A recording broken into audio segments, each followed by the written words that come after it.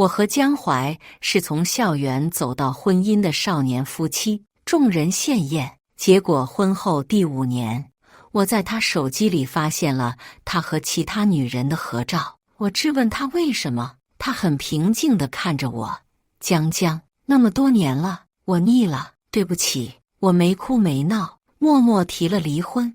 他毫不在乎，因为他始终觉得我永远离不开他。在江淮和其他女人柔情蜜意的时候，我转头找了比他年轻的弟弟。后来江淮看见我和弟弟在树下亲昵，直接发疯。我只是淡淡笑了笑：这么多年了，我腻了，对不起。大家好，开始今天的分享之前，希望你能给人间烟火点个订阅，我将会分享更多优质的内容。晚上10点，我收到2条莫名其妙的信息：我真的很喜欢你老公，你老公也喜欢我，要不你退出吧，就当我求求你了好不好？是发错了还是恶搞？我和江淮在一起多年，他不是那种会出轨的人，所以我并没有放在心上，顺手删了短信。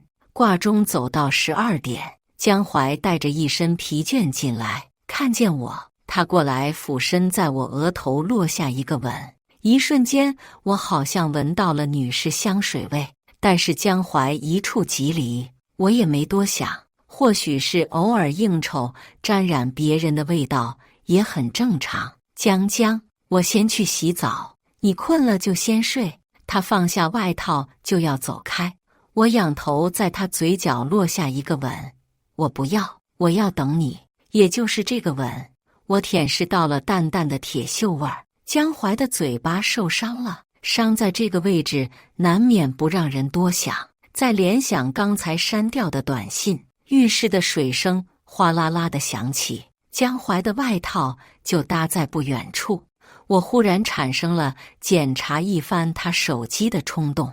以前江淮和我之间没有秘密，他的手机我经常玩，屏幕亮起，我心不在焉地输入一串数字，等输完才反应过来输错了。没想到的是，这个错误的密码竟然还是打开了江淮的手机，并且打开后桌面完全不同于我平常看他手机的样子。这是双锁。我大脑空白了一瞬，这个巨大的发现让我心跳加速。下意识的我点开了他的相册，相册里全是一些风景照，没什么特别的。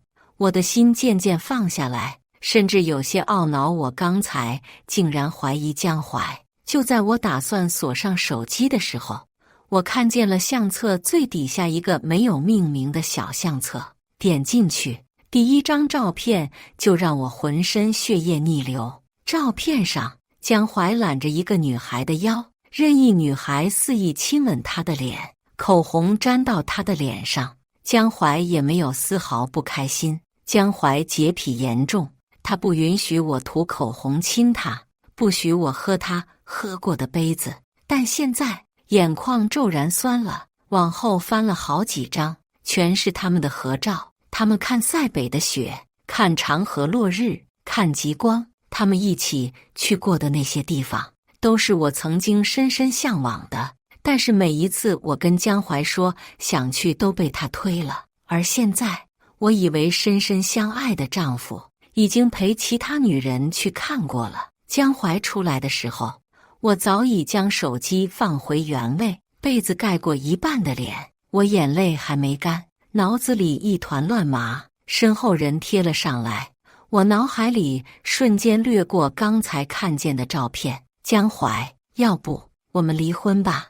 我和江淮是从校园走到婚姻殿堂的少年夫妻。当初结婚的时候，众人羡艳，人人都说青梅竹马最后走到一起就是爱情最浪漫的写照。嫁给江淮的那个晚上，我高兴的一宿没睡。可是谁又能想到呢？我和江淮才结婚5年，我就在他手机里看见了别人的照片。以前在一起，他嫌弃我用过的吸管，可是相册里的他也喝那个女人喝过的吸管。我们出去玩，他从不愿意帮我拍照，因为他说100张照片，100张剪刀手没什么好拍的。可是他的相册里存着好多张那个女人的剪刀手照片。他答应带我去看我想看的风景，可是一次也没去过，就连蜜月旅行都只是3天的周边游。但在我看不见的地方，江淮竟然带着另一个女人，花了那么多时间和精力去看了我曾经渴望的风景。这让我觉得江淮就是觉得我配不上他的爱罢了。身后的人身子一僵，你说什么？我说离婚。背对着江淮，我的眼泪一直没有停，但还在故作坚强。安静几秒之后，江淮又过来揽我入怀，又在偷偷哭什么？是不是生气我今天回来太晚了？我看见了，带着浓重的鼻音。我闷声开口，这下江淮松开了手，半晌都没有说话。我知道他听懂了我的话，别闹了，江江，你根本离不开我，更何况我还是爱你的，只是那么多年，我腻了，对不起。我倏地睁大了眼睛，一时间连悲伤都忘了。这才是江淮的真心话吧？一个那么多年围着他转的女人，怎么可能离开他呢？反正我都不会离开他，那么他肆无忌惮一点又怎样？可笑，太可笑了。这就是众人羡艳的爱情。我忽然感到很悲哀，为那个从情窦初开到现在一直深爱江淮的自己感到不值。腻了，我轻嗤，既然都腻了，你为什么不说呢？你永远都会是我的老婆，江江，我还爱你，这一点是不会改变的。你别闹了，我很累。你爱我，永远是你的老婆，是什么天大的恩赐吗？江淮，我气得不轻，顾不上满脸的眼泪，转过身对着他的胸口一顿捶。这人照单全收，几分钟后平静地给我擦了擦眼泪。出气了，出气了就睡吧。面对我，他永远都是这副波澜不惊的样子。过去的那些年，是我太喜欢他了，他什么都是好的，他在我眼里永远都是带着滤镜的，所以我根本没意识到，也许他根本不喜欢我，只是觉得合适罢了。毕竟我们门当户对，青梅竹马，彼此熟悉。第二天早上，江淮很早就走了，桌上放了给我买的道歉礼，看都没看一眼，我就收拾东西出了门。江淮以为我说离婚是说说而已，并不，我是认真的。结婚前我说过的，我要的是100分忠诚的爱情。眼下他不同意离婚，我只好搜集他出轨的证据，然后诉讼离婚。都怪我错过了昨晚的大好机会，看见那些照片的时候完全傻眼了，都忘记了保存证据。而且光是那几张照片远远不够。江淮是银城大学的老师，今天早上11点有他的课。我收拾好后直接打车去了学校。我真要感谢当年的自己是个十足的恋爱脑，天天围着他转，不然我现在都找不到他上课的教室。勤学楼1楼110，我偷偷摸摸缩在窗外观察教室里坐着的人，看了一圈也没看见那个和我长得很像的女人。果然不是人人都像我一样恋爱脑会来听对象的课。我再一次在心里狠狠鄙夷自己，这样一来，我就只好等他放学看看两人会不会一起约会了。没蹲一会儿，脚上忽然传来凉凉的触感，我心里一惊，低头看去，竟然是一只蠕动的肥大绿虫子。哦，我瞬间毛骨悚然，飞快地甩着腿想蹬掉，结果一个没站稳，另一只脚崴了，就那么崴了，真是出师未捷身先死。因为害怕被江淮发现，我愣是没敢吭声。同学，你没事吧？正焦灼，一道温和的男声自一边传来，顺着声音看去，是个高高瘦瘦的男孩子，穿着一身干净的白衬衫，逆着光站在那里，像极了18岁的江淮。我瞬间心跳漏了一拍，瞬间眼眶酸涩。没事，我小声回应着。原本以为他会就此离开，却没想到这人径直朝我走来。他也蹲下身，平视着我的眼睛。你脚踝都肿了，我扶你去医务室看看。我不想在这里引起江淮注意，只想赶紧打发这人走。我真没事，你快走吧。没想到这人直接将我抱了起来。少年看着瘦，但是隔着衬衫贴在一起，我能感受到他腹肌的轮廓。我挣扎着要下来，却被他制止，别动，等一下伤更严重了。没走2步，下课铃声响起，江淮快步从教学楼走出来，拦在跟前。他面上没什么表情。同学，麻烦你把我的妻子放下。抱着我的人并没有动，就这么僵持了几分钟，他才轻声道：他崴了脚，我只是想帮个忙而已。江淮强势地把我接了过去，边走边说：没必要找个毛都没长齐的小子气我。孟江，我说了，你永远都会是我的妻子，我和别人不过是玩玩罢了，你干嘛那么较真？我一抬头就能看见江淮好看的下颌线，但是眼下我无心欣赏，只觉得讽刺。江淮，不是所有人都和你一样。说罢，我挣扎着下来，脚踝处传来钻心的痛，但我坚持不愿意让江淮再碰我，他就隔着不近不远的距离陪我去了医务室，然后又把我带回了家。聊聊吧，江淮。我喊住就要进屋的江淮，他转头看了我一会儿，然后坐到我身边。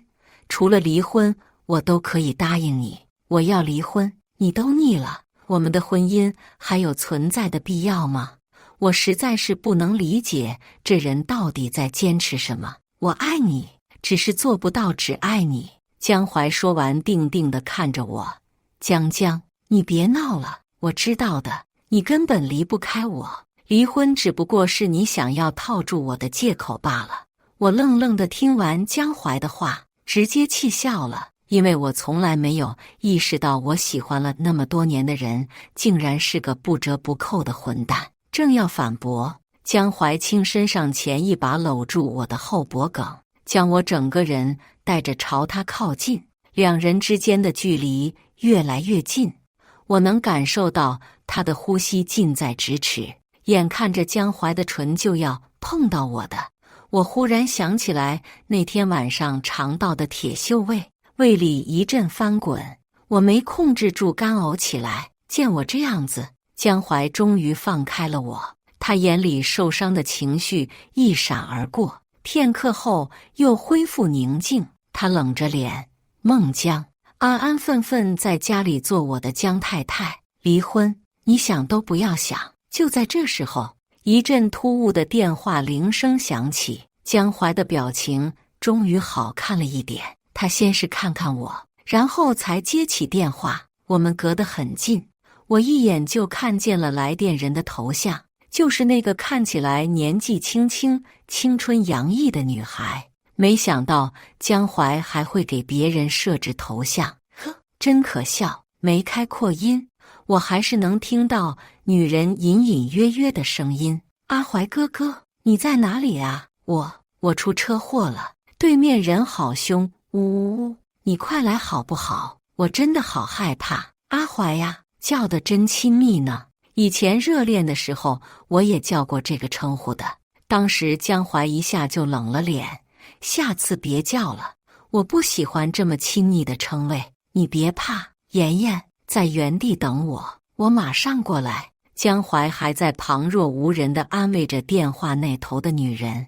看着江淮着急的样子，我忽然就起了心思，一把抓住她的衣袖：江淮，我最后再给你一次机会，今天从这里出去，代表你选择了他。今天你留下来，我们就重归于好。听见我的话，江淮好歹是停住了脚步，复杂的情绪在他脸上飘过。江淮的拳头握紧又松开，像是陷入挣扎。电话那头的人又出声了：“阿怀哥哥，你快来，我真的好害怕。”对面车主看起来好凶，呜呜。江淮还是撇下了我。离开之前，他温柔地抚摸着我的发顶：“江江，你懂事点，他那边出车祸了，很危险，我过去解决了就回来，你乖乖在家等我。”这个晚上，江淮再也没有回来。我在心里发誓，这是我给江淮的最后一次机会。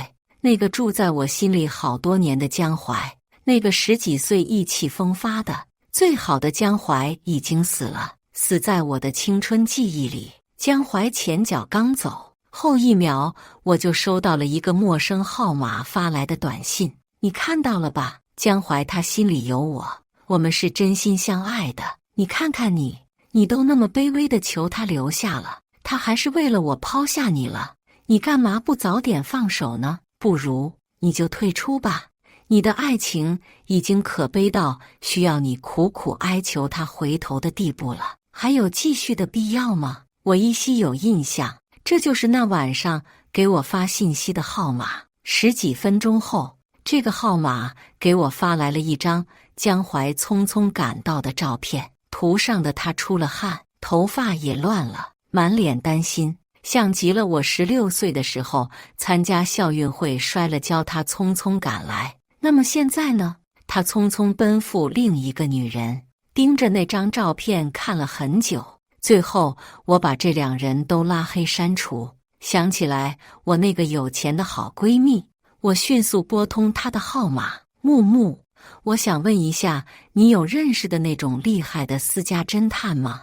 要那种稳准狠的，豪门多恩怨。私家侦探这种东西在他们那个圈子里应该不算是很稀有的东西。”一时间除了木木，我还真想不到可以上哪里找。那边愣了几秒，忽然小心翼翼问：“你爸出轨了？”我啥玩意？木木那边还想说什么，我赶紧开了口：“你脑子里想啥呢？不是我爸，是江淮。”砰，东西掉地的声音从电话里传来。片刻后，木木提高了音量：“你说什么？你说江淮？怎么可能啊？江淮怎么可能会？”沉默半晌，那边接着道：“算了，我发你号码，你直接联系人就好，价格好说。这边联系了私家侦探，我还是担心不够保险，决定自己也着手搜集一下江淮出轨的证据。而眼下我也不愿意再住在这个屋子里，不如就搬出去，搬到江淮任职的学校附近，还可以趁机监视一下他，最好是能趁早抓住他出轨的铁证，然后把婚给离了，希望不要拖太久。”收拾完东西，我这才看见木木半小时前发来的信息：“那个我就是问问啊，你现在离婚了，有没有可能会喜欢弟弟？”我缓缓打出个问号，没把木木的话放在心上。银城大学附近有很多合适的房源，在闺蜜的帮助下，我很快就找到个合适的搬了进去。下午6点，我做好饭，正打算把厨余垃圾先扔掉，再回来吃饭。打开门，外面站着之前有过一面之缘的白衬衫少年，他也刚好拎着一个看起来洒了汤兜的外卖盒。想到他上次的好心帮忙，我出于客套问了一句：“好巧，上次谢谢你，要不要过来一起吃饭？刚好做了多的。”他像是有些局促，一只手不好意思地挠头，耳尖泛红：“可以吗？会不会很麻烦？其实我吃外卖都吃腻了，但又不会做饭。”面前的人说着，有些不好意思地挠头。出于第一次见面的印象不错，又是见过的学生，我对他没什么戒备心，侧身让开门：“来一起吃吧，正好我一个人也吃不完。”正吃着，他忽然问：“姐姐不是何江老师，怎么会搬到这里？”说完，他又好像觉得有些冒犯到我，补充道：“是我僭越了，不好意思。”我戳着碗里的米饭，扯出了一个比哭还难看的笑。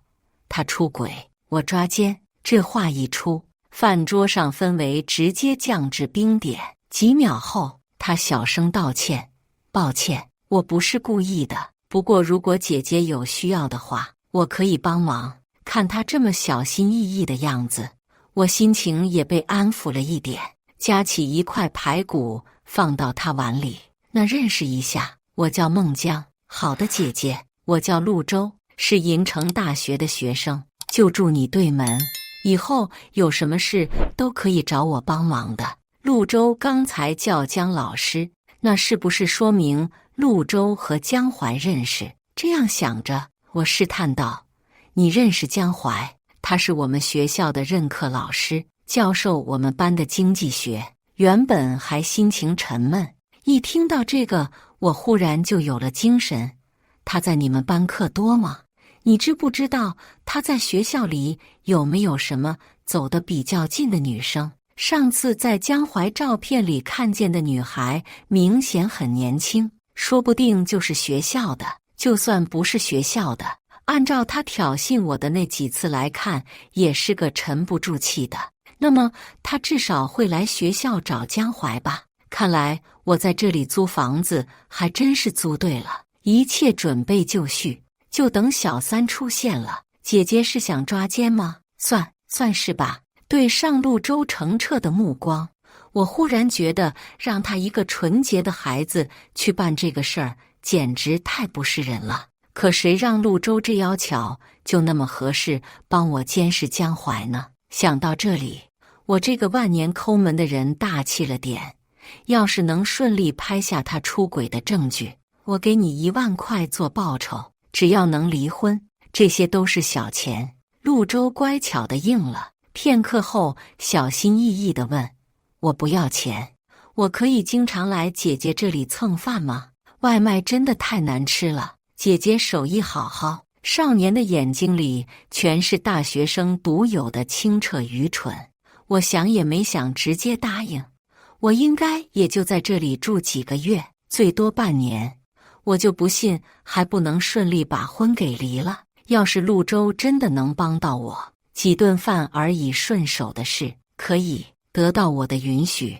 面前的腼腆少年像是有些开心，刚才戴下去的耳尖又悄悄红了。看来还是我好多年没和小年轻接触过了。现在的小男生都这么害羞了。吃过饭，陆舟果然主动刷碗，动作还挺麻利。他一直磨磨蹭蹭不走，我暗示性开口：“那个，有点晚了。”我觉得我的暗示已经够明显了。面前的人瞬间红了耳朵，有些不好意思地开口：“我那边热水器坏了，姐姐，我可以在这里洗个澡吗？”噗！我一个没忍住，刚喝下去的水喷了出去。不好意思啊，我知道我有点冒昧了，打扰姐姐了，我还是走吧。见我反应有点大，陆舟有些局促，飞快道歉。刚巧这时候，木木的信息弹出来：“我小表弟陆舟就住你对门，帮我照顾一下小孩呀。”姐妹啊，这个世界这么小吗？我飞快敲击键盘：“你是特意给我安排的这个房子，方便帮你照看孩子。”那边没有及时回，瞬间我忽然觉得自己肩上背负了沉重的照看小孩任务，眨巴了几下眼睛，我爽快答应：“好。”虽然说孤男寡女共处一室不太合适，但是我毕竟也28了，弟弟看起来最多20岁吧，没什么大不了的。陆舟肉眼可见的开心起来，然后一阵风一样从我家跑了出去，很快又拿着洗漱用品过来。看着连日来私家侦探都没有收获的回报，我不禁有些犯难。看来我搬过来一起抓奸和私家侦探双管齐下的决定是无比正确的。现在我还有了一个得力助手陆舟，感觉胜利就在眼前。浴室里的水声哗啦啦，原本我还觉得弟弟毕竟年纪小了许多，没什么影响的。不知道为啥，这会儿我忽然生出来一种微妙的尴尬的心情。姐姐，走神的瞬间，陆舟清朗的声音在背后响起。我转过头去，视线所及，大片大片白皙的肌肤，还有轮廓分明的腹肌，比江淮都多2块。这简直让人难以把持。我愣愣地眨巴着了2下眼睛，耳根子忽然热了起来，然后整个人以一种僵硬的姿势挪开视线。嘿嗨，那个什么，你快把衣服穿上，待会儿感冒了。说完，我觉得好热，不小心瞥到手机屏幕上显示今天的气温30度。不知道怎么的，这个气氛是越来越古怪了。身后人很轻地笑起来，拖鞋的声音由远及近，少年人清朗的嗓音再次响起：“不好意思啊，姐姐，我刚才走得急，担心耽误你太多时间，忘了拿衣服，就只带了浴袍。”啊？什么？只穿了浴袍吗？不知道是哪根筋搭错了。我一听这话，瞬间转头，果然看见好看的腹肌和净瘦的腰际都没入雪白的浴袍，一时间很不争气地咽了咽口水。天杀的，孟江，快撤回你好色的眼睛，打扰姐姐了，我这就走。陆舟说着就要离开，偏巧这时候敲门声响起。我是刚搬来这里，按道理来说，目前除了陆舟和木木，应该是没有人知道我在这里。木木没道理这时候来找我，难不成是物业？你先坐会儿吧，我去开门，不然给别人看见你这个样子出去，那也太不合适了。我无意识地用手扇着风，远离陆舟，径直去开了门。门打开，外面是个精致漂亮的小姑娘，很水灵，青春洋溢的气息扑面而来。这张脸分明就是那天晚上在江淮的手机里看见的那个女孩。她笑意吟吟，孟江，聊聊。不知不觉，我抓着门的手用力攥紧。我还是太懦弱了，当这个人真正出现在我面前，我根本做不到无动于衷。那些本该属于我的幸福，都因为他的到来变了质。年纪轻轻的，上赶着给人当小三，还好意思跑到我面前，我又好气又好笑。他精致的脸上出现了短暂的空白，随后释然。可是江淮哥哥那么好，那么优秀，就是能吸引我围着他转，我能怎么办呢？再说了，你没听过一句话吗？在爱情里，不被爱的人才是第三者。他边说边往里走，忽然在沙发前停了下来，愣了好几秒，才不可思议地瞪大眼睛看着我。你们好啊，你真是不知羞耻，竟然背着江淮哥哥找别人，你还老牛吃嫩草啊，你太过分了。意识到陆舟还披着浴袍坐在沙发上，我有些尴尬，但是很快就被这个女人的话转移了注意力。且不说我和陆舟清清白白，还隔着好几岁年龄差，她一个知三当三的，还好意思来谴责我，嘴巴放干净点。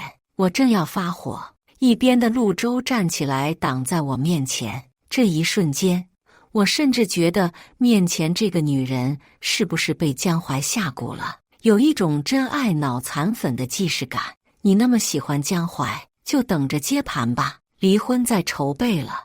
我实在没忍住翻了个白眼，倒了杯水给自己压压惊。听到离婚2个字，这女生瞬间来了劲，她眨巴着大眼睛坐到我身边。你是认真的吗？你真的愿意把江淮哥哥让给我？嘿嘿，可，我被水呛到。姐姐，一边的陆舟见我状态不好，赶紧过来轻拍着我的背帮我顺气。请你出去，你一个破坏别人家庭的人还有脸找上门来。我还没发火，陆舟倒是已经生气了。女生站了起来，慢慢看过这个房子的陈设，最后停在了一张我高中的照片前。我和江淮哥哥在一起真的好快乐，他会带我去我想去的任何地方，陪我做一些没有意义但是快乐的事情。他虽然比我大好几岁，但是我觉得我们之间没有代沟，我和他在一起就是很幸福。孟江，你们不过是共同拥有过一段青春记忆罢了，那些都是过去式了。你刚刚说的离婚，希望你尽快把江淮哥哥让给我。你都得不到他的爱了，还占有他，不觉得可笑吗？讽刺的是，结婚5年，我竟然在另一个女生口中听到了少年江淮的样子。我仿佛可以通过他的描述，看见另一个和我平时所见都不一样的江淮，更加开朗，更加活泼，不再死气沉沉的江淮。陆舟垂在身侧的拳头死死握紧又松开，极尽克制的感人。有病治病，赶紧滚，否则我报警了。我以为从我发现江淮出轨的那一刻起，我就已经再也不会因为他牵动任何情绪了。但是现在看见一个被他用爱呵护着的小女孩在我面前炫耀，我还是会眼眶泛酸，微微扬起头。我尽量克制自己的情绪，在心里劝自己不要去在意。哦，所以呢，不就是一个男人吗？你这么喜欢他，赶紧劝他和我把婚离了呗，一根烂黄瓜而已，我也不是很稀罕。我偏过头，不想在陆舟和这个女人勉强露出脆弱的一面，却不曾想，蓄满泪的眼刚好对上陆舟清澈的眼睛。这一瞬间，我近乎溃不成军，攥紧的手心忽然伸进来一只手，强硬地掰开了我掐着掌心肉的指甲。陆舟倏地低头与我平视，他好看的眼睛里带着安抚。姐姐，你先坐下休息，我把脏东西赶出去。说罢，陆舟毫不犹豫地拎着那女人的胳膊往外推。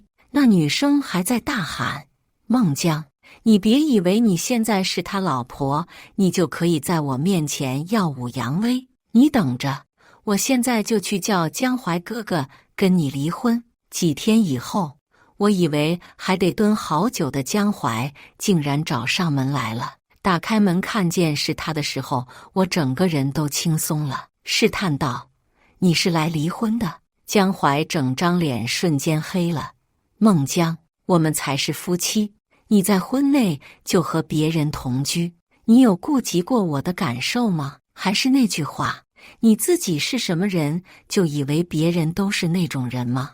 你要是来离婚的，我们马上走程序；你要是来找茬的，请你赶紧滚，跟我回家，这里就是我的家。我觉得10几岁的时候真是瞎了眼，大概是被我气到了。江淮不由分说就要拉着我离开，他力气比我大多了，一下就将我拽进了怀里。恰好这时候，对面的门打开，陆舟快步走过来，拽住我另一只手，脸色不太好看。老师，你弄疼姐姐了，松手。江淮的脸色更黑了，拽着我的手更加用力。这是我第一次在他脸上看见不一样的情绪，像是自己的东西被人霸占了的不爽，不是爱，也不是呵护。我冷笑一声，开始挣扎起来。江淮，你把我当成什么？撒尿标记的领地吗？松开！见我和陆舟站在一边，江淮更加不爽。我们还没离婚，孟江，你是我的老婆，我们就要离婚了。这辈子我和你的情谊早就在你出轨的时候就尽了。面前的人眼眶倏地红了，片刻后松开我的手，任陆舟将我护在身后。江淮就那么定定地看了我半晌，嗤笑：这就是你的男朋友？才几岁，和他在一起图什么？图他年纪小，图他玩得花吗？人渣，你真恶臭！用这么难听的话对着你的妻子。砰！陆舟的拳头骤然落到江淮的脸上，江淮也不甘落后，飞快扯松了领带，两人就在狭窄的过道上打了起来。你一拳我一脚，拳拳到肉，那声音跟砸沙袋似的，想起来闺蜜的叮嘱，我赶紧冲过去，把陆舟往后拉开，然后将人护在身后，对峙着江淮。我越发生气，你再发疯，我就报警了。江淮，你别太过分，你要是不想协议离婚，你放心，我很快起诉。花了大价钱找的私家侦探，正好最近终于拍到点实质性的东西了。面前的人气焰瞬间低了，他声音小小的，像是有些委屈。非要这样吗？是，你记住，你是出轨，财产我拿大头，其余还没说完。江淮已经加快脚步离开，也不知道有没有把我的话听进去。周天下午，我接到我妈打来电话，让我回家一趟。结果刚到家，我就看见江淮正规规矩矩地坐在我妈旁边，两人不知道在聊什么。江淮那么冷淡的人，竟然能让我妈发笑，看来这顿饭不是那么简单的。果不其然，等上了饭桌，我妈就直奔主题。我说：江江啊，你也老大不小了，别总是和江淮闹脾气。也就是江淮这么多年都让着你宠着你，你们俩就该早点生个孩子安定下来。妈可是还等着抱孙子呢，还有你婆婆也该着急了。在长辈面前，我不想闹得太难看，只是默默吃着碗里的青菜。江江，怎么不理妈妈？江淮说你这几天一直在跟他闹别扭，怎么回事？说给妈妈听听。我是万万没想到的。江淮这个出轨的人，还敢臭不要脸的恶人先告状，还敢先一步找上我妈来当天说客，夹了一筷子青菜放进江淮的碗里。我淡声开口：怎么说？江淮，你现在开始走厚颜无耻路线了吗？你干的那些破事儿需要我说出来吗？他倏地抬头看着我：江江，别闹了，跟我回家吧。那个小男生我就当不知道，以后不许和他来往了。我真是笑了，看不出来江淮还有这本事呢，白的也给说成黑的。光是凭着那个女人添油加醋，胡咧咧就信了他的话，就开始给我扣上了屎盆子。江淮，我最后再说一遍，离婚等律师函吧。我从包里拿出来一沓照片，扔在桌上。拿起一边的湿巾擦了擦手，我嫌脏。我妈看见我们三言两语又吵起来，眉头皱得深深的。江江，你们两口子又是闹哪出哦？你自己看。我扫了一下桌上的照片，我妈迟疑着拿起来，结果没翻两张就沉默了。几秒后，她抄起那一沓照片，猛地砸到江淮身上。江淮，我把女儿嫁给你的时候，你是怎么说的？你答应我这辈子都会好好照顾我的女儿，宠她爱她。你现在在干嘛？我问你在干嘛？说到激动处，我妈直接扬手给了江淮一个耳光。妈，你消消气。见状，我赶紧过去把我妈抱在怀里。闺女，是妈妈对不起你，妈妈看你太喜欢他了，就把你交给他了。没想到他竟然是个混账东西，今天他还来家里找我当说客，说你们闹了点小别扭。妈妈当时就奇怪，你这么喜欢他，10几岁的时候攒了1年的零花钱，也要给他买生日礼物，怎么会因为一点小事就跟他闹别扭了？妈妈真是老了，还帮着他。我妈说着说着，一双带着血丝的眼睛里蓄满了泪。江淮木讷地坐着，任由那些照片飞到他脸上，任由我妈的巴掌落在他脸上，纹丝不动。半晌后，他很轻地吐了几个字：江江，我错了。这么多年，你一直事事都以我为先，你总是那么小心翼翼地爱着我，你乖巧懂事，我觉得你是一个可以相伴一生的好妻子。但是在你这里，我感受不到任何和爱情有关的激情。我以为我对你就只是责任，也许有爱，但很少。直到陆岩的出现，他活泼开朗，他经常带着我尝试新的东西。和他在一起的时候，我经常想起来我们10几岁的时候，那时候你也和他一样是个闪闪发光的明媚少女。和他在一起，好像我永远是那个18岁的少年。江淮的声音越来越小，可是当我看见你和别人在一起的时候，我才知道我错了。原来我根本看不得站在你身边的人不是我。我以为就算世界崩塌，你也至少会在我身边的。你那么喜欢我，我以为你不会离开我的。是的，那时候我们说过要永远在一起，谁也不离开谁。但是有一个前提，就是永不违背少年诚挚的爱与忠诚。江淮，是你忘记了我们的誓言，背叛了我们的爱。我给我妈擦干眼泪，才平静地坐到她对面。这是我最后一次这么仔细地端详我曾经喜欢好多年的男人。江淮，我给过你机会的，是你自己放弃了。我们2人就此别过。时隔几月，我和江淮终于离婚了。他什么都没留，所有的财产都给了我。原本也该这样，所以我照收不误。学校附近的房子住着还不错，我直接买了下来。最近陆周经常来家蹭饭，但几乎都是他自己带着菜上门来，主动做好饭叫我，最后还刷好盘子才离开。这个下午吃完饭，陆周一双好看的眼睛含着期待望着我。姐姐，我们去散散步吧，今天是个不一样的日子呢。啊，今天是什么日子？我正要拿起手机来看，就被陆周摁住了手机屏幕。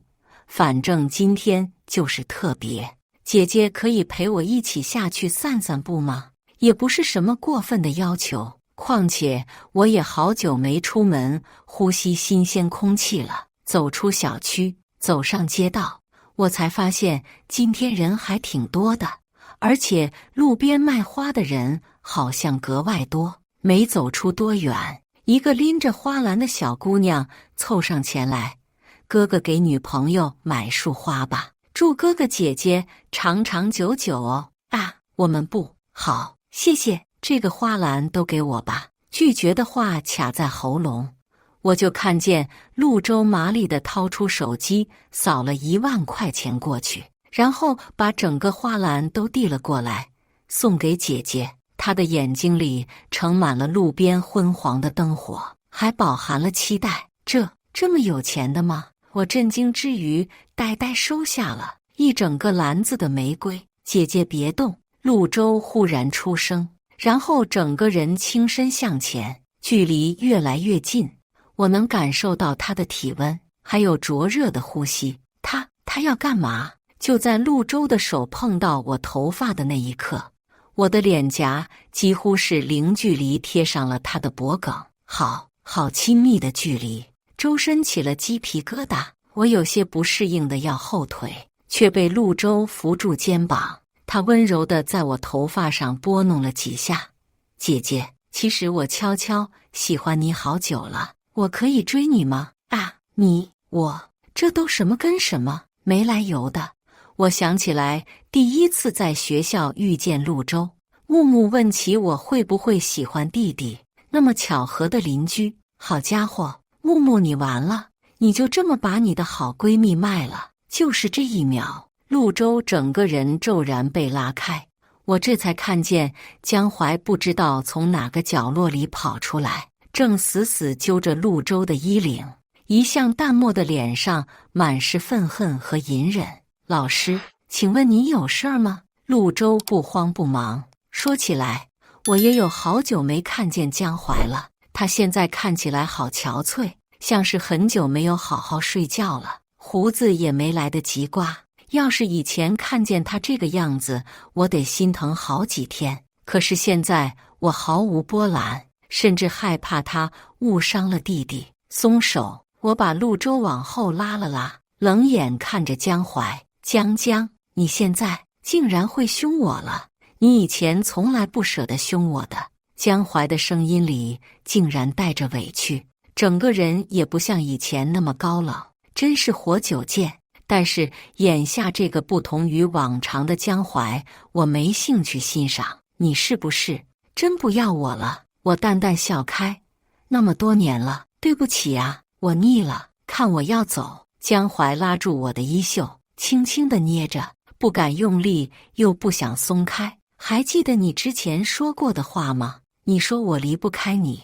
我看看他，又看看他身后城市的霓虹。江淮，你错了，没有谁离不开谁。身后的陆舟不知道什么时候上前，亦步亦趋地跟在我身边，像个粘人的小狗。全剧完。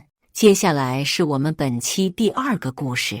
闺蜜告诉我，老公和初恋旧情复燃了。我不信，我悄悄跟踪老公，才发现他的初恋就住在我家隔壁的小区。奇怪的是，老公一直在拒绝初恋，完全不像劈腿的人。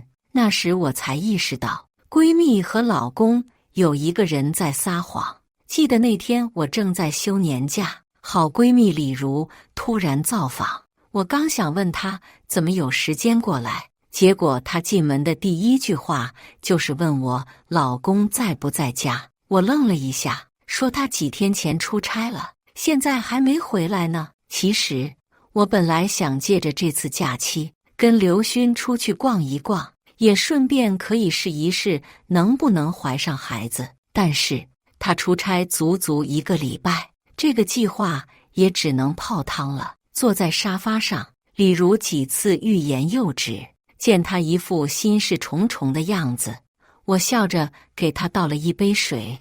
有什么事你就直说吧，我们是大学同学，毕业之后都留在了同一座城市打拼，基本上我俩是无话不谈。可是今天的李如却吞吞吐吐的，表情也极为严肃。终于她咬了下嘴唇，像是下定什么决心似的，从包包里拿出手机，操作了几下后，她将手机推给了我。这是我前几天出差时在酒店拍到的。我疑惑地接过手机一看，整个人顿时如遭雷击。屏幕上，我老公刘勋和一个女人正在酒店门口接吻，而那个女人我也认识，正是他大学时期的白月光唐佳。大学毕业没几年，唐佳就远嫁到国外生活，听说最近才回国，据说是离婚了。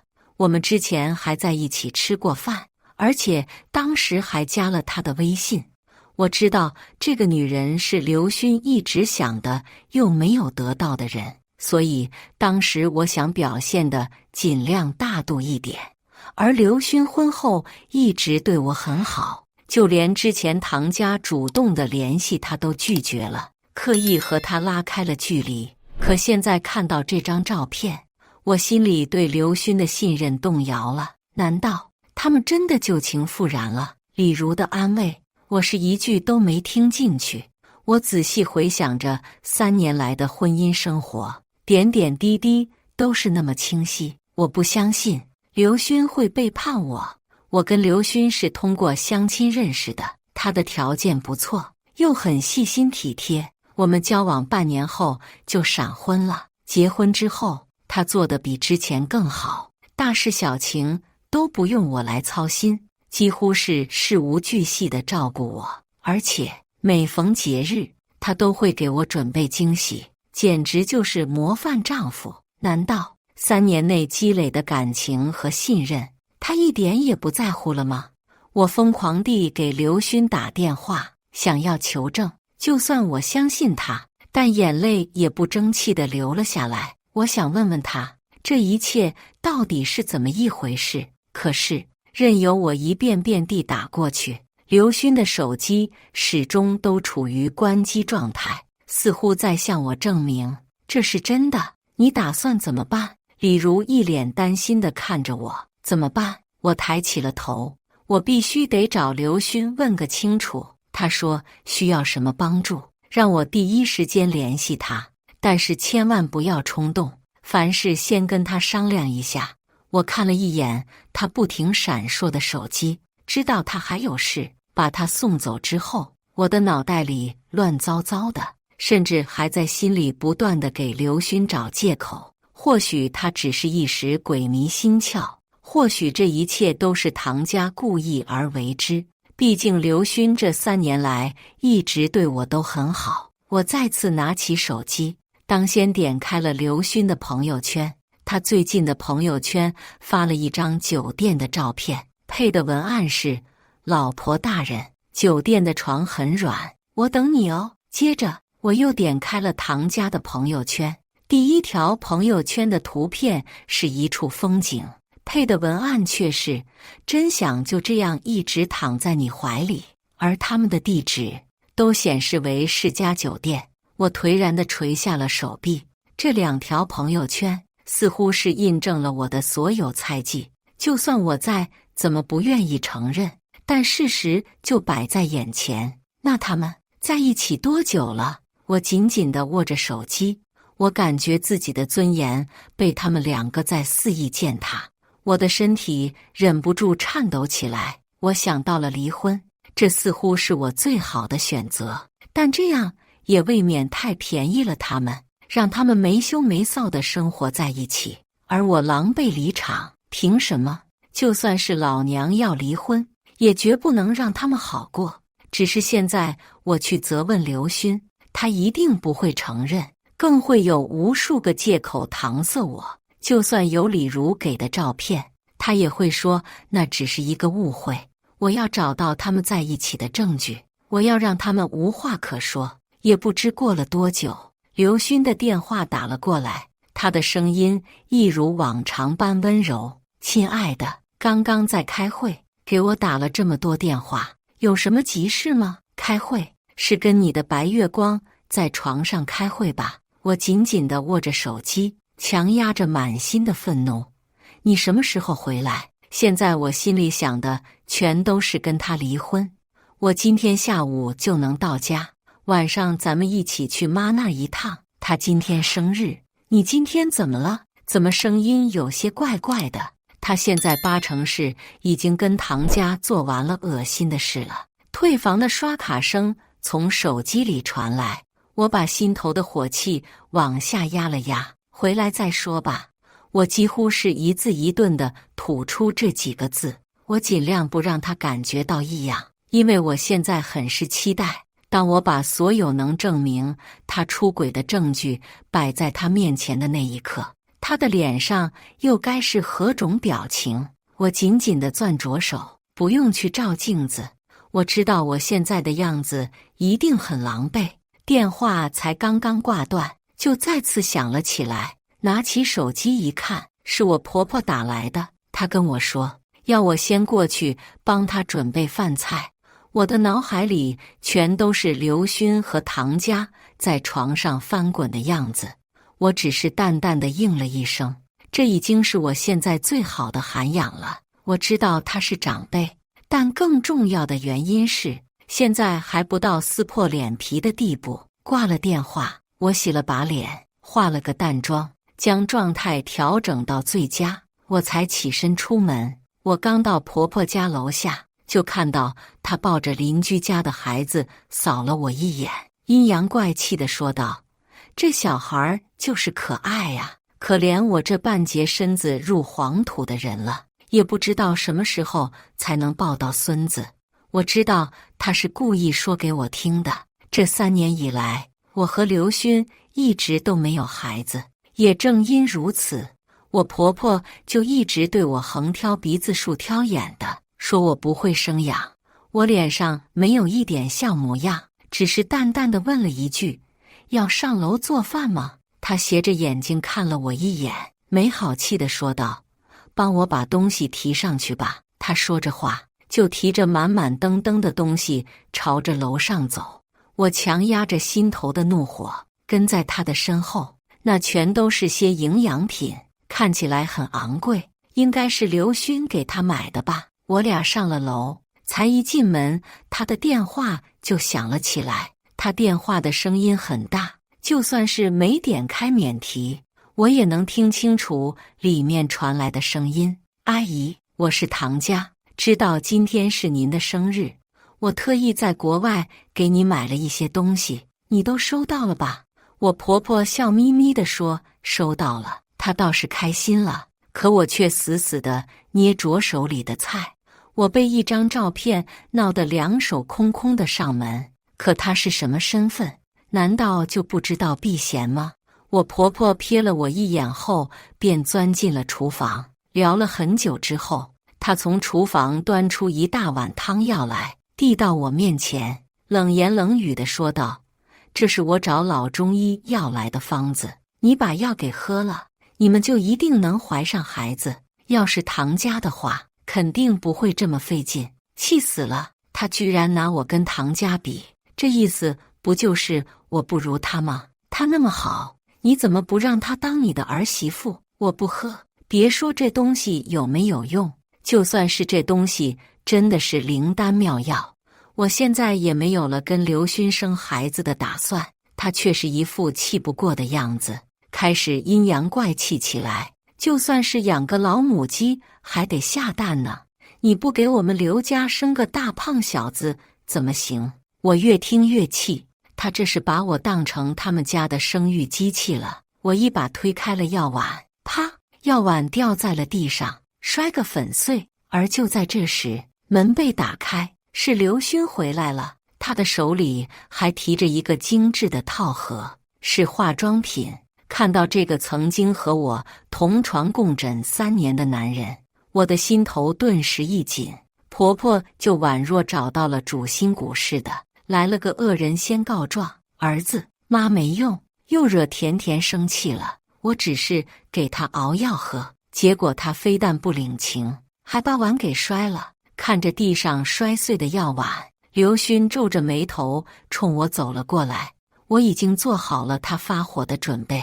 宋田，你怎么能这样对妈呢？妈也是一片好心，你不喝就算了，怎么还把碗也打碎了？虽然这么说，但他的语气却没有丝毫责怪的意思。接着他就提着那套化妆品走到我婆婆面前，你看你这么贵的化妆品都已经给妈买了，还干嘛惹她不开心啊？说话间，刘勋还故意朝我眨了眨眼睛。一听这话，我婆婆的脸色终于缓和了很多，而我只是定定地看着刘勋，一言未发。现在的他简直虚伪到了极点。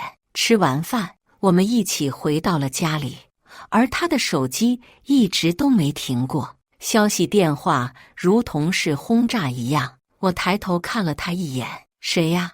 一直给你打电话发消息，你干嘛不接不回呢？我阴阳怪气地问道。刘勋只是心虚地看了我一眼，随后拿着手机站了起来，他的脸色也不好看。在听到我的唠叨，他终于忍不住了。宋田，多大的事，你干嘛这么不依不饶的？至于吗？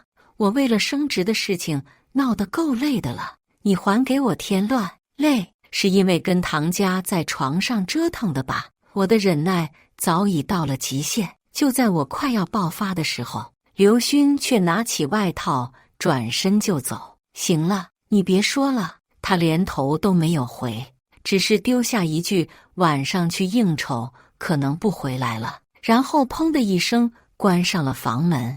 我本来就要爆发的情绪，在这一刻全都堵在了心口，就好像是用力地挥起拳头，却打在了棉花上的感觉。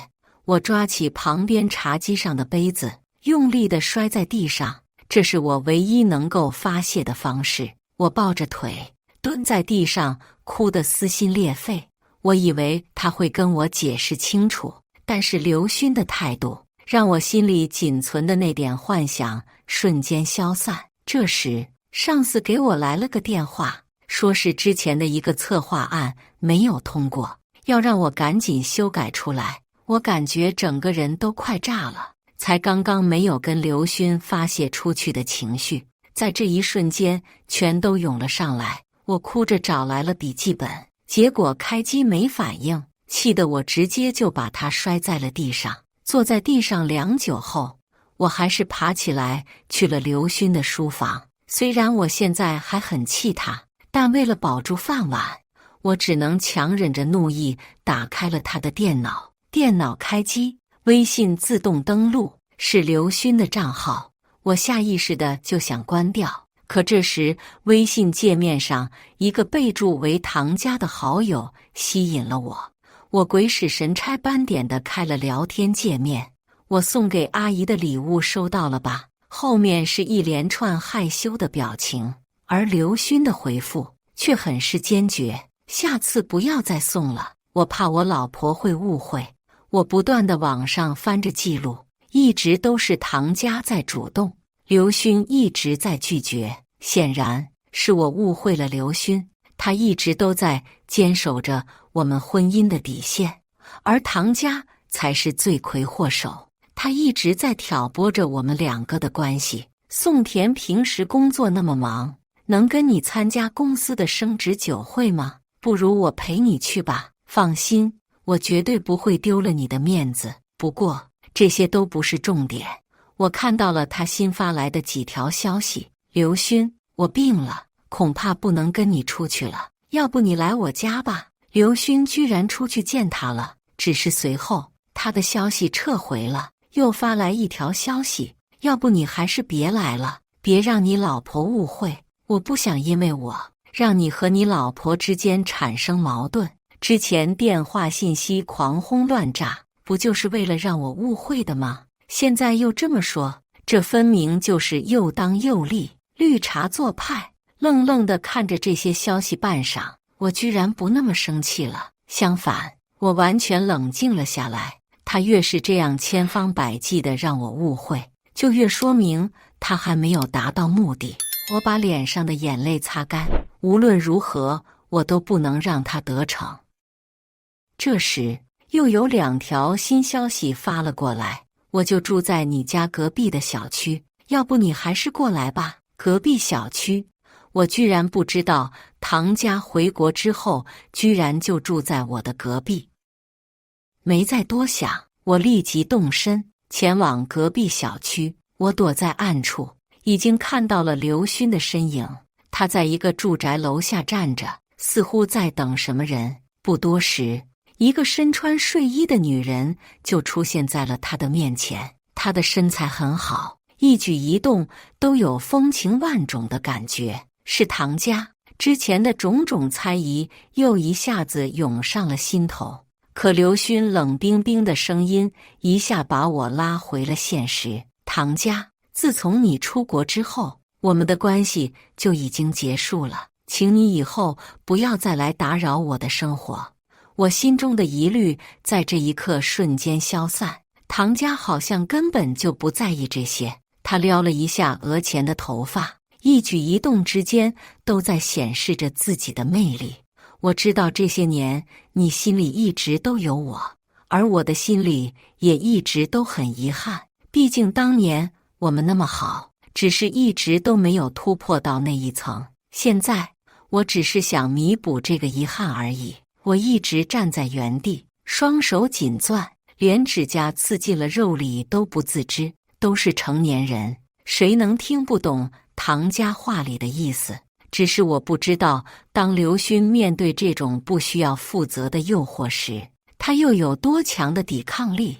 唐家的身体慢慢朝刘勋靠了过去，手也顺势抓住了他的胳膊，显得很是亲密。唐家，请你自重，我是有家室的人。刘勋一把甩开他的手，还刻意往后退了几步，跟他拉开距离，这让我心里有些安慰，他心里还是我的。刘勋继续说道，我这次之所以来见你，就是想告诉你，别再打扰我跟我家里人了，我不想因为你对我的家庭有任何影响。唐家好像丝毫感觉不到尴尬，他双手环抱胸前，悠悠道，上楼跟我喝一杯，我就不再纠缠你。同为女人，我当然清楚他打的什么主意。如果刘勋真的相信了他，那一切就不可挽回了。我快步走了出去，亲切地挽住了刘勋的胳膊。老公，我说你怎么买东西这么久没回来？原来是碰到了老熟人了呀。刚才听你们说要喝一杯，不如回我们家吧。我盯着唐家，将头靠在了刘勋的肩膀上，刘勋有些尴尬，酒就不必喝了，我们回家。刘勋的躲闪让我心里很不舒服。我没有出现的时候，他都能那么坚决地拒绝唐家，可我来了后，他却反而含糊其辞。难道他的心里还是放不下唐家？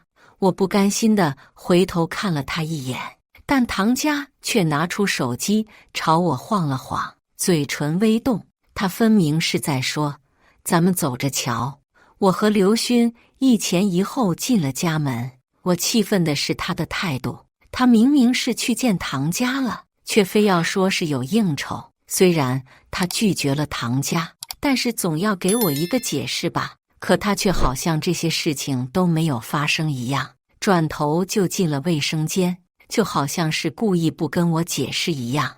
我早就已经气不打一处来了，他骗我在先，现在又是这么个态度。可是还不等我去打开卫生间的门，我的电话就好像是催命一样的响了起来。我的上司，同时也是我的师傅田倩说，甲方这次直接驳回了策划案，他们还在等我新的策划案。强压着心头的那股火，我坐回了电脑前面。如果是别人跟我说重新做，我肯定拍桌子了。但田倩是我的师傅，他也是我能在公司如鱼得水的后盾。他这个人不苟言笑，但背后的能量却十分巨大。赌气之下，我关掉了刘勋的微信。我倒要看看他什么时候能想起来给我一个解释。然后我开始细心地检查策划案。我做事情向来不喜欢留下尾巴。之前的策划案，我们已经跟甲方确认过很多次了，而且甲方就是李如的公司，怎么可能出问题？想了想，我还是拨通了李如的电话。虽然时间不早了，但他明显还没睡，只是声音却显得有气无力。宋田，这么晚给我打电话，有什么事吗？我没有任何隐瞒，直接把策划案的事情和盘托出。这已经敲定的内容，就算是有问题，也应该是修改，而不是直接驳回，让重新做吧。可是李如听完，却是含糊其辞。宋田，我现在在医院呢，我爸病了，有什么事情明天再说吧。说完，他就挂断了电话。我茫然地握着手机，李如的态度让我始料未及。这么多年，我太了解他的性格了，李如一定是有事情瞒着我。想了想，我打开了李如公司的官网，试图找出什么猫腻来。而当我看到李如所在的部门人员组成时，我愣住了。李如的上司分明就是唐家，他还是刚入职没多久，怪不得他之前要跟我说走着瞧。看来策划案的事情就是他搞的鬼，只是我没想到他的动作居然这么快。他本来就对刘勋有想法，刚才我又当着他的面宣示主权，而现在他又用工作上的事情来压我，或者他从来就没把我当成对手。只是我不明白，李如之前明明都已经拍到了唐家和刘勋亲在一起的照片，但却将唐家是他上司的事情隐瞒了下来，就连策划案的事情也是只字未提。一个大胆的猜测出现在了我的心里，李如该不会也是唐家的人吧？随后我马上摇了摇头，不可能，我跟他这么多年的交情，他怎么可能不顾我们多年的情谊来对付我？就在这时，唐家竟然给我打来了电话，我想也没想便按了接听。他的声音显得很得意：“宋田，你是斗不过我的，无论是工作还是刘勋，你都注定是我的手下败将。现在虽然刘勋还有一点坚持，但今天晚上你要是不出现，他就是我的了。”他似乎早就已经准备好了这些说辞。我被气得浑身发抖，说不出来一句话。唐家又笑了起来：“对了，以刘勋的性格，你不可能时时刻刻的都看着他，而我却能以工作为由一直找他。混蛋！”我将手机一把甩了出去。挑衅，他就是在故意的挑衅我，激怒我。一晚上我几乎都没怎么睡觉，脑袋里全是这些事情。而刘勋一大早起来就走了，只是打招呼一样告诉了我一声他去上班。而昨天晚上的事情就好像从未发生过似的，我也没跟他吵架，不就是冷战吗？那就看谁先绷不住。我也起来了，策划案的事情我必须要亲自去一趟公司，毕竟田倩已经亲自给我打电话了，这说明事情已经很严重了。只是才到了公司，我就看到田倩一脸的阴沉，她坐在椅子上，胸口不断起伏，显然被气得不轻。我一眼就看到了桌子上的策划案。怎么了？这时田倩却是冷哼一声，咬牙切齿地说道：还能怎么了？还不是两个贱人鸡蛋里挑骨头。我拿起了桌上的策划案，转身就准备回家再去仔细修改一下。我拿回去再改一下就是了，别气坏了身子，不值当。就算明知道是唐家故意找我的麻烦，我也不能连累公司和田倩。田倩只是嗯了一声，算是默许。只是刚到楼下，我忽然很想去卫生间，才刚关上小隔间的门，我就听到了一个熟悉的声音：唐家，我已经帮你这么多了，你到底什么时候给我那笔钱？我愣了一下，不敢相信自己的耳朵，这是李如的声音。紧接着便是唐家的声音响起：现在事情还没结束，你只要再帮我加一把火，那50万我自会一分不少的打到你的账户里。听到这里，我赶紧打开了手机录音。还要我做什么？我帮你做的这些已经够对不起宋田了。李如的声音中带着哭腔。想想你爸的病，没有这50万，你拿什么给他换肾？李如沉默了好半晌后才说了句：好吧。我死死地攥着自己的衣角，李如居然真的帮一个外人来对付我，我做梦都想不到他会这么做。直到外面彻底没了动静，我才从卫生间里失魂落魄地走了出来，出门买了几样营养品，我就去了医院看望李如的父亲。我进来还没跟老爷子寒暄几句，李如就急匆匆地赶了过来，他满头大汗，看着我的眼神里还有几分闪躲，尤其是看到我买的那些昂贵营养品，还有我特意准备好的一沓现金之后，宋田，我们去外面聊吧。李如看我的眼神不像是闺蜜，反而像是敌人，生怕我会对他父亲不利似的。我起身向老爷子告别，和他一起出了病房。说吧，你替唐家做事多久了？李如先是一愣，眼中闪过一抹肉眼可察的慌乱，但随即他便笑道：宋田，你在说什么呀？我怎么会替唐家做事呢？他都要抢你老公了，作为闺蜜，我都恨不得把他撕了。说完，他的眼睛便瞥向了别处，脸上挂满了心虚。呵呵，我冷笑一声，强忍着怒意打开了那份录音，听着录音里清晰地传出他和唐家密谋的对话。李如的脸色唰的一下就变了。宋田，你听我跟你解释，事情不是你想象。李如，你还要瞒我到什么时候？我大吼一声，引得走廊两旁的行人纷纷侧目。李如的脸色一变再变，最终她一咬牙，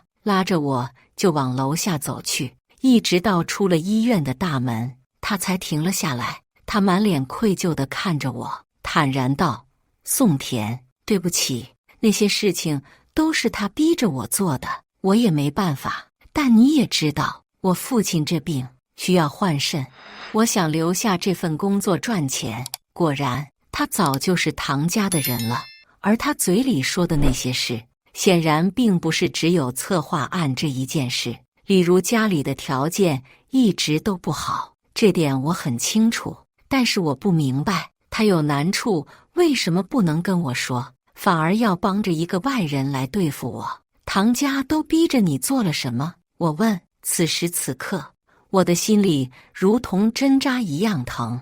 我跟她这么多年的姐妹情深，没想到她有朝一日会这么对我。李如只是摇头，不断跟我道歉：“对不起，我知道帮着他去拆散你跟刘勋是我的不对，但他答应会给我一笔钱，可以让我父亲换肾，所以我才会借位拍下他和刘勋接吻的照片。是啊，怎么会那么巧？恰好他就拍到了刘勋和唐家亲在一起的照片。他们要是已经在一起的话，又怎么会故意留下把柄？这分明就是唐家设计好的陷阱，就等着我往里跳呢。他的目的就是要让我离开刘勋。不过，我苦心和刘勋经营起来的家庭，又怎么可能任由他强行拆散？看着已经泣不成声的李如，我叹了一口气，恨铁不成钢地说道：“你怎么这么傻？就为了一张空头支票，你就把我给卖了？他只要达成目的，就会把你一脚踢开。李如的脑子呢？他怎么就不想想，要是我都被逼离婚，为虎作伥的他能有什么好结果？”李如抬头看着我，似乎终于反应了过来。我该怎么办？宋田，告诉我该怎么办？我拉着他上了我的车。怎么办？现在当然是去调查关于唐家的一切，要不然你这份工作一样保不住。是的，我还是动了恻隐之心。他现在已经没了主意，而从他要帮着唐家拆散我的那一刻起，我们之间的情谊就已经断了。我要他现在变成我用来对付唐家的工具。他抹着眼泪，好像是忽然想起了什么。之前我听到过他打了一个电话，说是在国外欠了不少钱，她老公才跟她离婚的。欠钱，这对我来说倒是一个好消息。我轻轻拍了拍李如的背，知道了这一点后，想对付唐家并不难。既然他想跟我斗，拆散我的家庭，那我就跟他斗到底。和李如分开后，转头我就把唐家的事情告诉了师傅田倩。他的人脉关系背后能量巨大，我要让他帮我查清楚唐家的事情。可是我才做完这些事情，我就接到了唐家的电话。他跟我说，他现在就在我婆婆家，我婆婆的身体出了问题，要我一起帮忙把她送到医院。根本来不及多想，我赶紧驱车前往婆婆家。可当我赶到时，却根本没有看到婆婆的身影，反而是唐家堂而皇之的给我打开了门，还故作一副女主人的模样让我进去。她笑眯眯地看着我说：“阿姨想我了，说要让我过来坐坐。”她刚刚有点不舒服，不过现在已经好了。我的脑袋在嗡嗡作响，我没想到她居然会无耻到这个地步。刘勋都已经明确拒绝她了，她居然还好意思跑上门来，就这么缺男人吗？非要这样上赶着倒贴？我一把推开了她，走进了婆婆的卧室。她躺在床上，嘴里还在不断地哼哼着：“妈，你哪儿不舒服？”我知道刘勋没出轨，再加上我婆婆现在的状态看起来也确实不太好，我只能耐着性子问她。可是她却是眯着眼睛看着我，一脸的不耐烦。还能哪儿不舒服？心里不舒服，我们老刘家都要绝后了，她还有心思说这样的风凉话。显然身体并没有什么问题，可她又为什么要陪着唐家演这么一出呢？我并没有接她的话茬，但她却一副不依不饶的样子。你来了就只会问我哪不舒服吗？一点眼力见都没有。你看看人家唐家。听到他的话，唐家更为得意，他一脸挑衅地看着我。我明白，他现在是准备跟我抢刘勋了。可是就在这个时候，唐家却自己狠狠地朝着门上撞了一下，紧接着开门声响起。我盯着唐家，他显然已经算准了刘勋回来的时间，故意这么做的。唐家的额头红肿，泪眼婆娑。宋田，你怎么是这样的人？阿姨不过是身体不舒服，我就过来看一眼，你有必要对我动手吗？你连阿姨都不看一眼，只顾着跟我争风吃醋，你这样算是爱刘勋吗？他的时间算得刚刚好，刚才说的话一字不落的全都传入了刘勋的耳朵。我抬起头，刘勋走了进来，脸色异常难看，他狠狠地瞪了我一眼，直接冲进了卧室。妈，你怎么了？我知道现在就算是跳进黄河也洗不清了。我没有多说一句话，现在我说什么都是错。不多时，刘勋走了出来，他连看都没看我一眼，就转身扶起了地上的唐家。你没事吧？要不要去医院？刘勋那温柔的模样，就好像是刚跟我认识的时候一样。而唐家果然在这个时候演了起来，他一副我的身体不重要，你先去看阿姨的样子，看得我直犯恶心。与此同时，师傅田倩给我发来了信息，唐家在国外不但欠了钱，还背上了官司，因为她出轨，她的外国老公才跟她离婚的。而在回国的这段时间以来，她也没有闲着，基本上能接触到的优质男人全都被她聊了个遍，但是除了被人睡过之后，没有得到一点便宜，只有刘勋还在他的网里。我恨得牙根直痒痒，但是我现在必须要沉住气才行。既然他愿意演，那我就陪他演下去。唐家，刚刚我也是因为我婆婆的病情着急，才撞到了你，对不起啊。我假意的上前搀扶着唐家。听我这么一说，刘勋的脸色终于缓和了不少。我一脸歉意地看着他，说道：你先照顾妈，我先带唐家去医院看看。刘勋点了点头。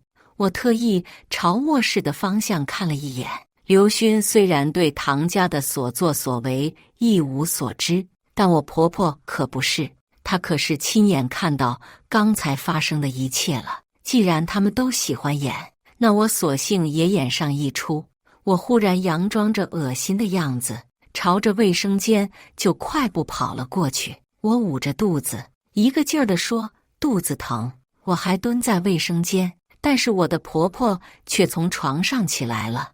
我甚至还听到了刘勋的惊呼声：妈，你不是身体不舒服吗？我心里冷笑连连，这是演不下去了。婆婆满脸笑容地看着我问道：宋田，你多久没来例假了？我摇了摇头，说自己根本就记不清楚了，可能有2个月。我婆婆听到我这么说，赶紧又是搀扶，又说要带我去医院。刘勋见到这一幕，却是愣了一下，问道：妈，唐家不是说你病了吗？我婆婆赶紧摆了摆手，她说现在不是说这些的时候，但谁看她的样子都知道她什么病都没有。刘勋看向唐家的眼神也不像是之前那样温柔了，他似乎想明白了眼下的这些事情。唐家只是瞪了我一眼，见到刘勋他们娘俩还在不断地跟我身边嘘寒问暖，他也知道今天是自讨没趣，转身离开了。看着他的背影，我心里冷笑一声，他要是觉着这样就没事了，那可就大错特错了。我要让他知道，我对他的报复才刚刚开始。他这样没底线的恶心我，已经让我坚定了要让他身败名裂的想法。我回到了卧室躺下，他们娘俩的声音从外面零星地传过来，有刘勋的责问声，也有我婆婆解释的声音。我婆婆说是主要还是唐家出的馊主意，她听了之前的事情之后，非要给我一点教训。刘勋听完之后怒不可遏，他蹲在了我的床边，紧紧攥着我的手。宋田，对不起，我这段时间一直都被升职的事情搞得心烦意乱，没有顾及你的感受。我只是定定地看着他，问他，如果今天没有发现我怀孕，你是不是就真的认为我对唐家动手了？傻瓜，怎么会呢？刘勋坚定地摇了摇头。我坐了起来，告诉他我其实根本就没有怀孕，我做这一切都是为了自证清白而已。我知道对待唐家的这件事上是我有错，因为工作的原因，我不能删除掉他的联系方式，但是我保证以后绝对会把你放在第一位。我等的就是刘勋的这句话。我和刘勋回了家，但是紧接着我就收到了李如的消息，他已经从公司辞职了。他还给我发了一段视频以及一段录音，视频里是唐家跟一个秃头老男人相拥着进了酒店的画面。接着我又打开了录音，唐家的声音清晰地传了出来。之前刘勋一直不上当，所以我没有机会保存下什么证据，但是这次我身上的伤就足够诬陷他们了。这次我帮你解决掉刘勋，你就可以平步青云了，到时候我们两个就能名正言顺地在一起。接下来就看你酒会上的表现了。录音的内容不是很长，但已经足够了。我能猜到李如离职的原因，她并不是一个完全没有主见的人，她现在所做的这些事情是在向我赎罪。接下来的几天时间里一直都很平静，我的策划案在另一个同事接手后并没有再出现任何问题，唐家没有再继续找我的麻烦，也没有给刘勋添堵，就好像本就不应该出现在我们的生活中一样。但是我知道他是在等着刘勋的尽职演讲，而我也去医院检查了一次，我确实是很久都没有来例假了，但是我没想到我居然真的怀孕了。我摸着的肚子，一想到里面孕育着一个小生命，我就觉得很是神奇。而刘勋比之前对我还好，他几乎是寸步不离。而刘勋升职酒会的竞选演讲也即将开始，我知道唐家还没有死心，他一直在等着这次的演讲。我也好奇到底是什么样的一个男人能让他这么没有底线。下午我特意化了个淡妆，挑了一条白色碎花长裙，和刘勋一起前往会场。人很多，也很热闹。由于公开演讲，一些有合作的公司中高层全都来了。当他们看到刘勋出现的时候，全都开始议论纷纷。刘勋根本就不知道这是怎么一回事，但我却已经猜出来，这大概又是唐家搞的鬼。果不其然，不多时，刘勋的助理快步走了过来，他朝着我点了点头，算是打过了招呼，随后才附在他耳边小声说着些什么。听完后，刘勋的脸色异常难看，我知道肯定是唐家耍的幺蛾子，便问怎么了，脸色这么难看。刘勋这才说唐家也来了，还是以他对手家属的身份来的，而且一来就满世界宣扬，说刘勋想跟他重续前缘，但是他拒绝之后，刘勋就打了他。这个贱人真是不要脸到了极点。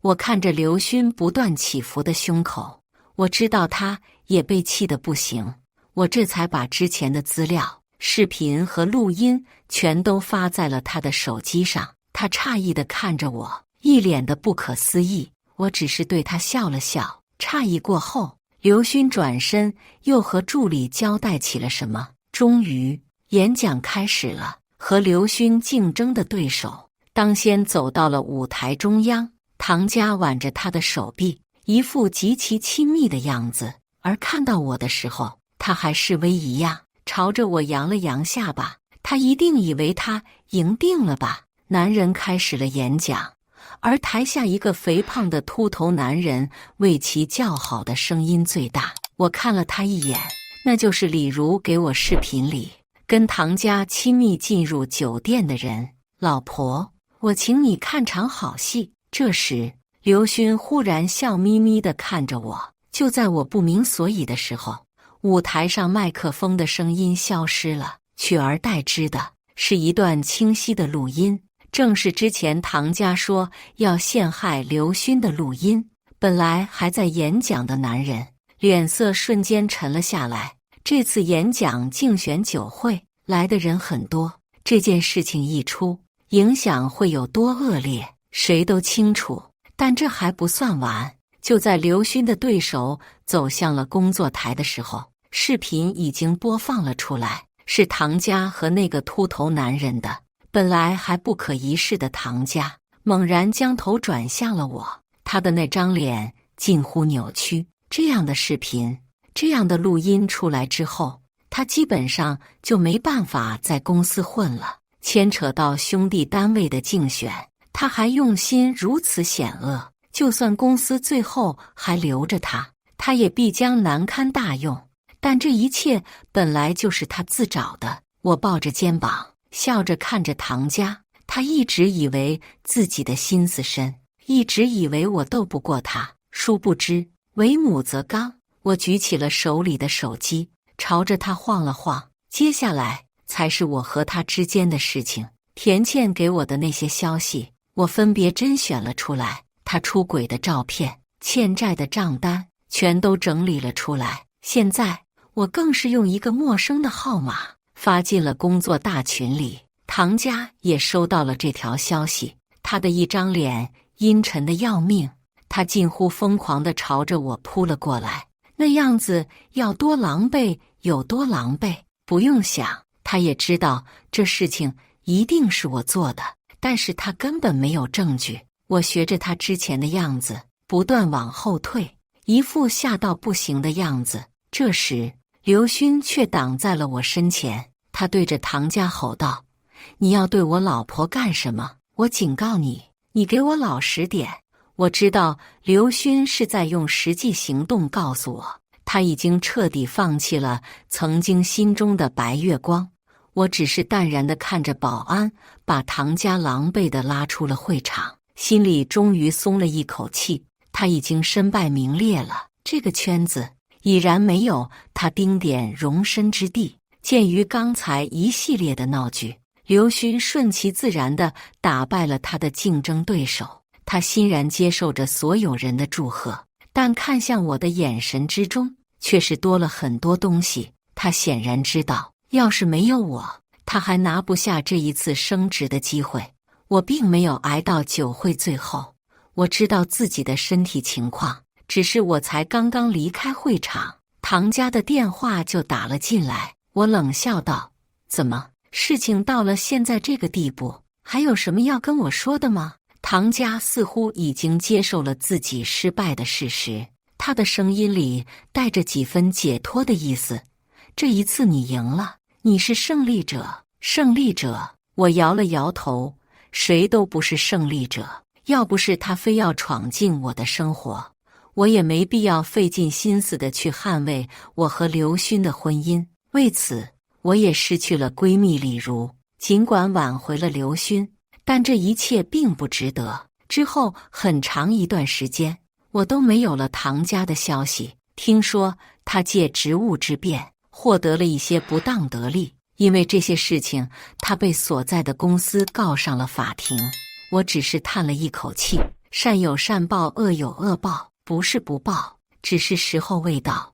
而我现在的任务就是安心养胎，憧憬着我们一家三口的幸福生活。以上就是今天分享的故事，大家有什么想说的、想吐槽的，欢迎在下方评论交流。也更希望能给人间烟火点个订阅，我将会分享更多优质的故事内容。